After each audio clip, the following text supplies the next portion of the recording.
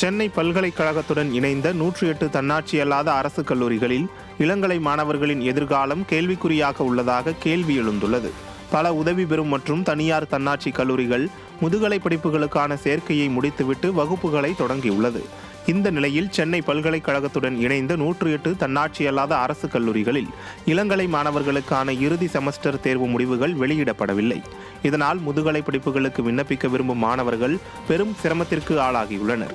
3வது semester mark ஷீட்டுகளும் இன்னும் அச்சடிக்கப்படவில்லை என நிர்வாகம் தரப்பில் கூறுவதால் ஆகஸ்ட் இறுதியிலேயே தேர்வு முடிவுகள் வெளியாகும் என தெரிவிக்கின்றனர். இதனால் இளங்கலை மாணவர்களின் எதிர்காலம் குறித்து நிச்சயமற்ற நிலை உள்ளதாக பெற்றோர் குற்றம் சாட்டியுள்ளனர். காஞ்சிபுரத்தில் மாநகராட்சி ஆணையர் ஒருதலை பட்சமாக செயல்படுவதாக கூறி அதிமுக உள்பட 33 கவுன்சிலர்கள் தர்ணாவில் ஈடுபட்டதால் பரபரப்பு ஏற்பட்டது.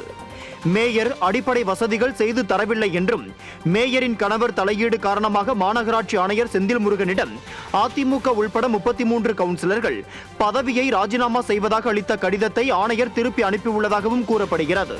மேயர் மீது நம்பிக்கையில்லா தீர்மானம் தொடர்பாக வருகிற 29ஆம் தேதி விவாதம் நடைபெறும் என மாமன்ற உறுப்பினர்களுக்கு ஆணையர் கடிதம் அளித்த நிலையில் அவரது அறையை முற்றுகையிட்டு அதிமுக உள்ளிட்ட கவுன்சிலர்கள் ஆணையர் ஒருதலை பட்சமாக செயல்படுவதாக கூறி வாக்குவாதத்தில் ஈடுபட்டனர். நாங்க இத கோர்ட்டு கொண்டு போறோம். நாங்க என்ன கேக்குறோம், அன்னைக்கு ஆன் ஸ்பாட்ல இவங்க வந்தாங்க புறக்கணித்தாங்கன்னு சொல்லி கமிஷனர் லெட்டர் கொடுக்க சொல்லுங்க, நான் போயிடுறேன். அவ்வளவுதான்.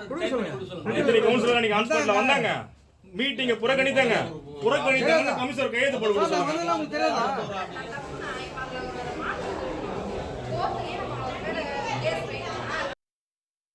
கேரளாவில் நிபா வைரஸ் அதிகரித்து வரும் நிலையில் தமிழகத்தில் அதனை பரவாமல் தடுக்க விடியா அரசின் சுகாதாரத்துறை எந்தவித முன்னெச்சரிக்கை நடவடிக்கையும் எடுக்கவில்லை என பொதுமக்கள் குற்றம் சாட்டியுள்ளனர். கோழிக்கோடு, மலப்புரம் உள்ளிட்ட மாவட்டங்களில் நிபா வைரஸால் பாதிக்கப்பட்டு ஏராளமானோர் மருத்துவமனையில் சிகிச்சை பெற்று வருகின்றனர். மேலும் சமீபத்தில் இந்த வைரசுக்கு 14 வயது சிறுவனும் உயிரிழந்தான். இந்த பாதிப்பு அதிகரிக்க வாய்ப்புள்ள நிலையில் தமிழக கேரள எல்லைப் பகுதியான களியக்காவிளை கேரளா இடையே இரு மார்க்கங்களிலும் வந்து செல்லும் வாகனங்களை கண்காணிக்காமல் விடியா அரசின் சுகாதாரத்துறை கும்பகர்ண தூக்கத்தில் உள்ளதாக குற்றச்சாட்டு எழுந்துள்ளது. எனவே மாவட்ட நிர்வாகம் நிபா வைரஸ் பரவாமல் தடுக்க நடவடிக்கை எடுக்க வேண்டும் என பொதுமக்கள் கோரிக்கை விடுத்துள்ளனர். நீட் தேர்வில் 19வது கேள்விக்கு விடையளிக்க நிபுணர் குழு அமைக்க உத்தரவிட்டு வழக்கு செவ்வாய்க்கிழமைக்கு ஒத்திவைக்கப்பட்டது. இளநிலை மருத்துவ படிப்புகளுக்கான நீட் தேர்வு கடந்த மே 5ஆம் தேதி நாடு முழுவதும் நடைபெற்றது. இந்த தேர்வில் பல்வேறு குளறுபடிகள் இருப்பதாக புகார் எழுப்பி மறுதேர்வு நடத்த கோரி உச்சநீதிமன்றத்தில் வழக்கு நடைபெற்று வரும் நிலையில் நீட் தேர்வு தொடர்பாக உச்சநீதிமன்றத்தில் வழக்கு விசாரணைக்கு வந்தது. இதில் வினாத்தாள் கசிவு, மதிப்பெண்கள் வழங்குதல், தேர்வு நடைமுறை ஆகியவற்றை குறித்தும் நீட் தேர்வில் 19வது கேள்விக்கு 2 விடைகள் சரியானவை என கருதி கருணை மதிப்பெண் வழங்கப்பட்டதை எதிர்த்து விவாதம் நடைபெற்றது.